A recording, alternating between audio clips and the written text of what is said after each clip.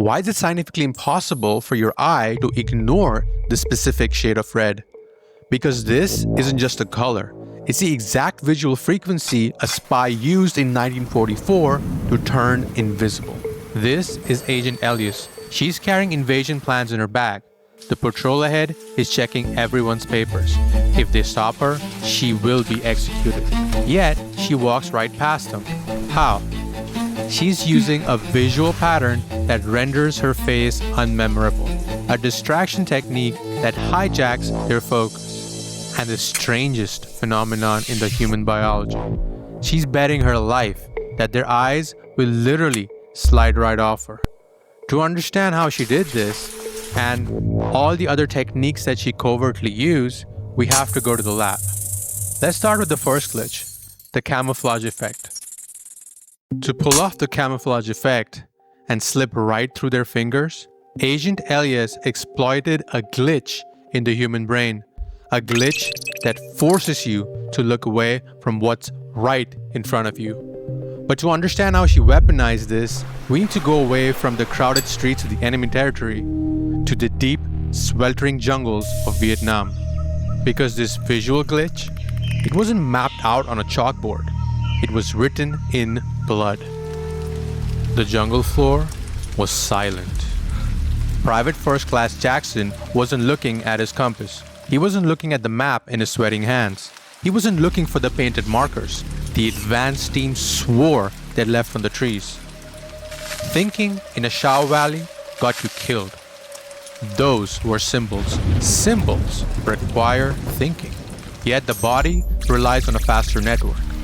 Jackson was watching Sergeant Smith. Smith was 10 yards ahead, a statue in green, drifting through the elephant grass.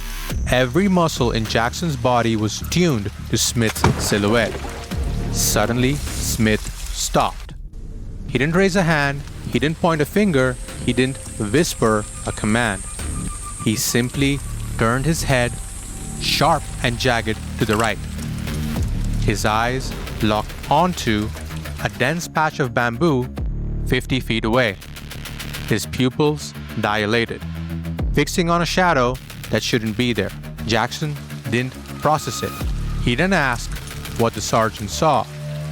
He didn't look for an arrow pointing that way. Before his mind registered the moment Jackson's head snapped to the right, his rifle came up, the safety came off. His sights found the same stand of bamboo. Cracked thump. The Viet Cong soldier fell from the canopy. Jackson took a breath he'd been holding for 10 seconds. Here's the fatal flaw of human instruction. That split second, that tiny cognitive micro-stutter would have been the difference between life and a folded flag back home in Ohio. If Smith had pointed, Jackson would have looked at the hand first and then the direction, which reveals the ultimate biological failsafe. Because Smith looked, Jackson looked. It wasn't a decision, a matter of reflex passed down from ancestors who escaped leopards on the savannah because they knew how to follow a gaze. It was a biological imperative wired into the deepest, oldest part of the brainstem. Dr. Andrew Calder at the Cambridge University spent years tracking this phenomenon. What he found revealed a fundamental flaw. Gaze detection operates below conscious awareness, driven by neural architecture that hasn't changed in 200,000 years. The decision is made for you. You cannot choose to decide to follow someone's gaze. By the time you're aware of it, the attention has already shifted, and the reason is violent. Why? Because in the savannah, hesitation meant death. Think about what our ancestors faced. No weapons that could kill at a distance, no shelter that couldn't be breached, no communication faster than the speed of human voice. The only early warning system they had was each other. If a tribesman's eyes suddenly locked onto something in the grass, you had 2 seconds to respond, or less. Those who waited for an arrow, those who needed verbal confirmation, those who needed someone to point, they didn't make it. which means you're descended from the ones who followed the gaze instantly, reflexively, and without thought. Dr. Chris Firth at the University College London called this mandatory processing because the reflexive pull was so strong. This is why the 2007 study published in Cognition, researchers found that even participants who were paid to ignore gaze clues, even when following the gaze would cost them money, they still couldn't stop themselves. You cannot opt out. Now, here's why it gets darker. Predators, both animals and humans, know this instinctively.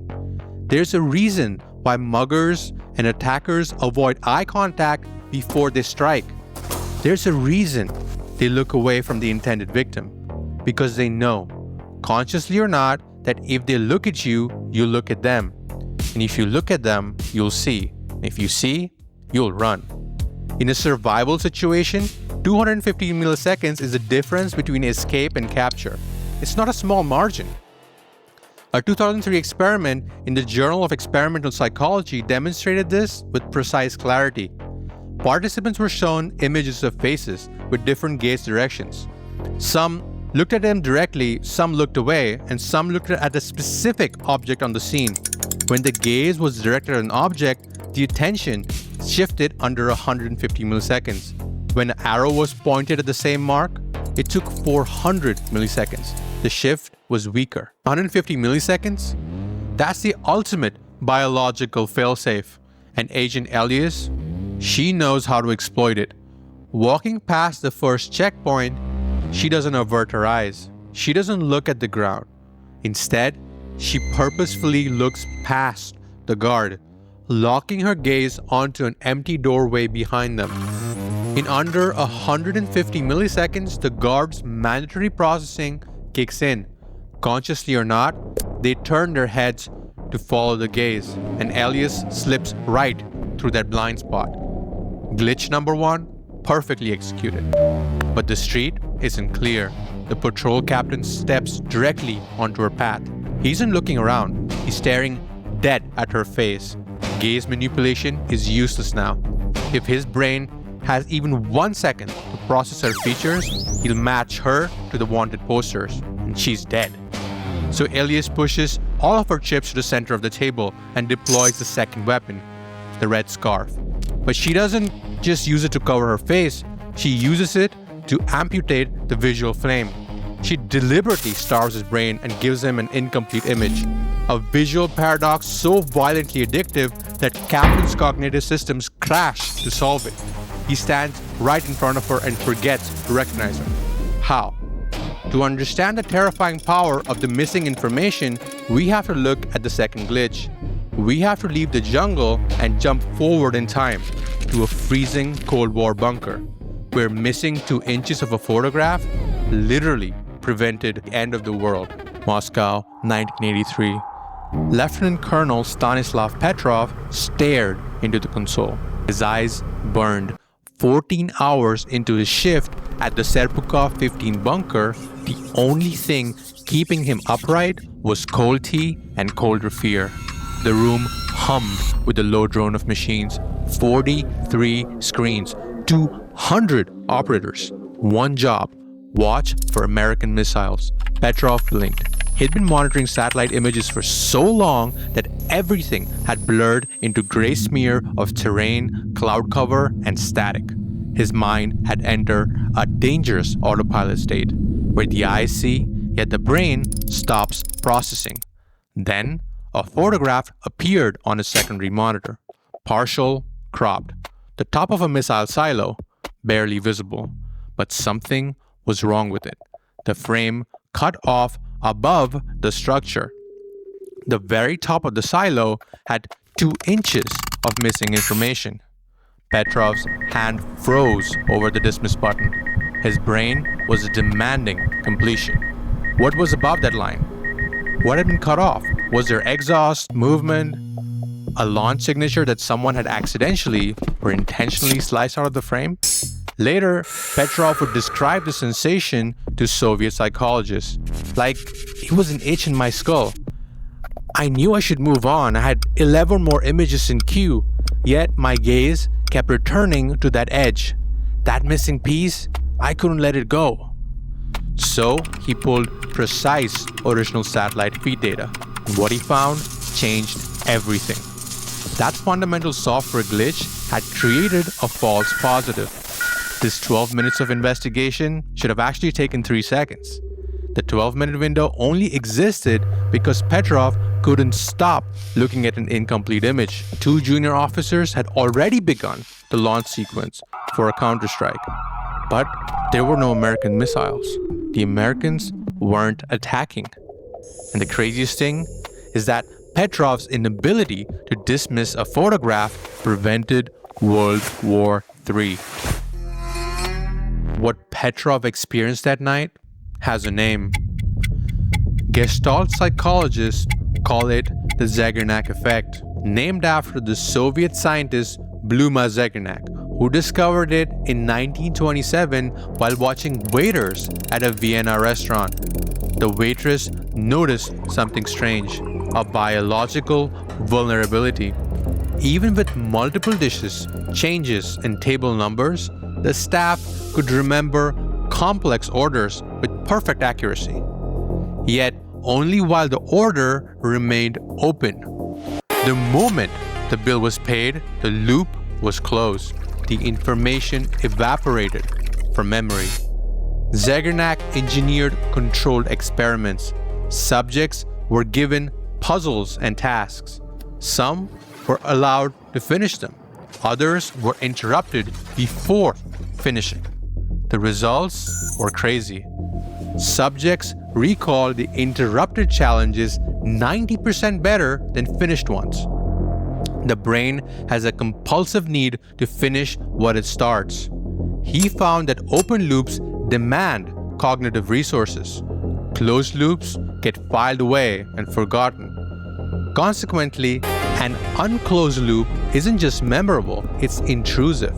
Now, you might think that this is just some spy trick, a biological hack used in cold wars and jungles, but you'd be wrong, because you fall for this exact same visual trap every single day. And it has nothing to do with warfare. It has everything to do with your screen.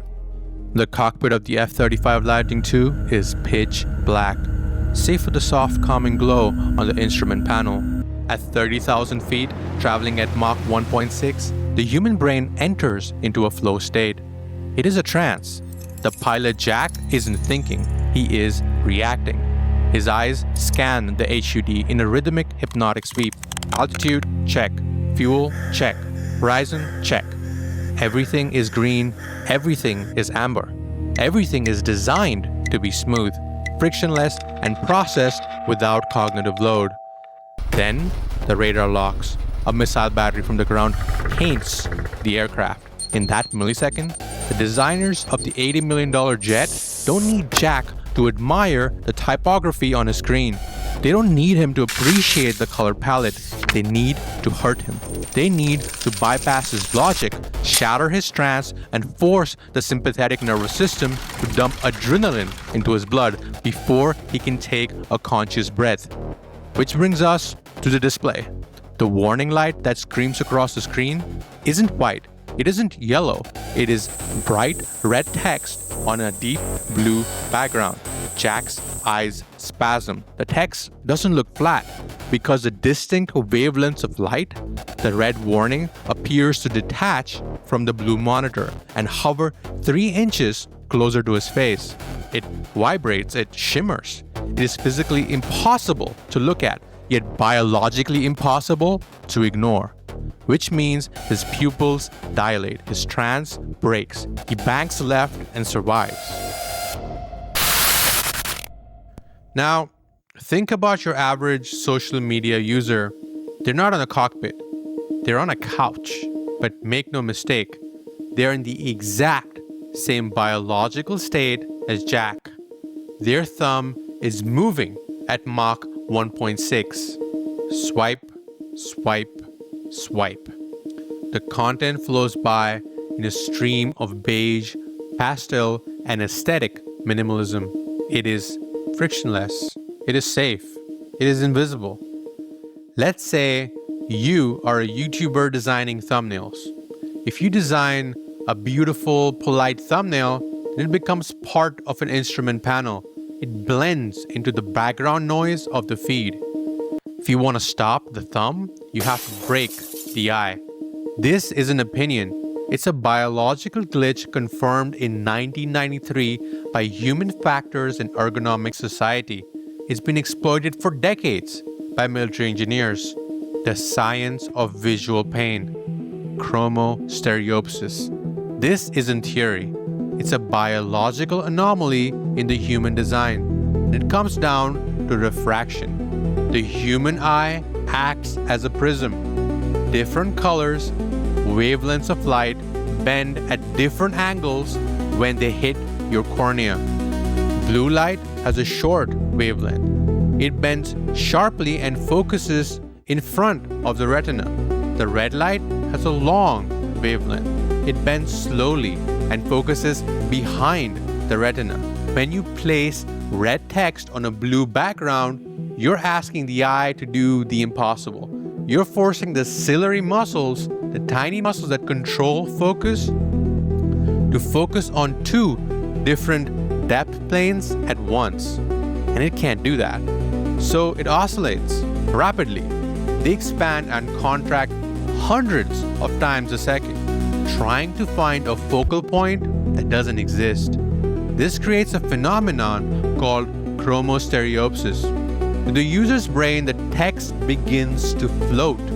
The red text creates a false 3D effect, appearing to hover above the screen, vibrate. The edges of the letters appear to shimmer or bleed, disrupt. This causes a momentary localized eye strain. Pain is a pattern interrupt, which means in the attention economy, ugly is often just a synonym for visible. When the user's eye hits the forbidden combination, the smooth processing of the feed fails. The brain registers a visual anomaly, a threat. Then the thumb stops. The scroll stops. The pattern is broken. The message is consumed. You're not winning a design award. You're winning the war for attention. Use the glitch. Your move.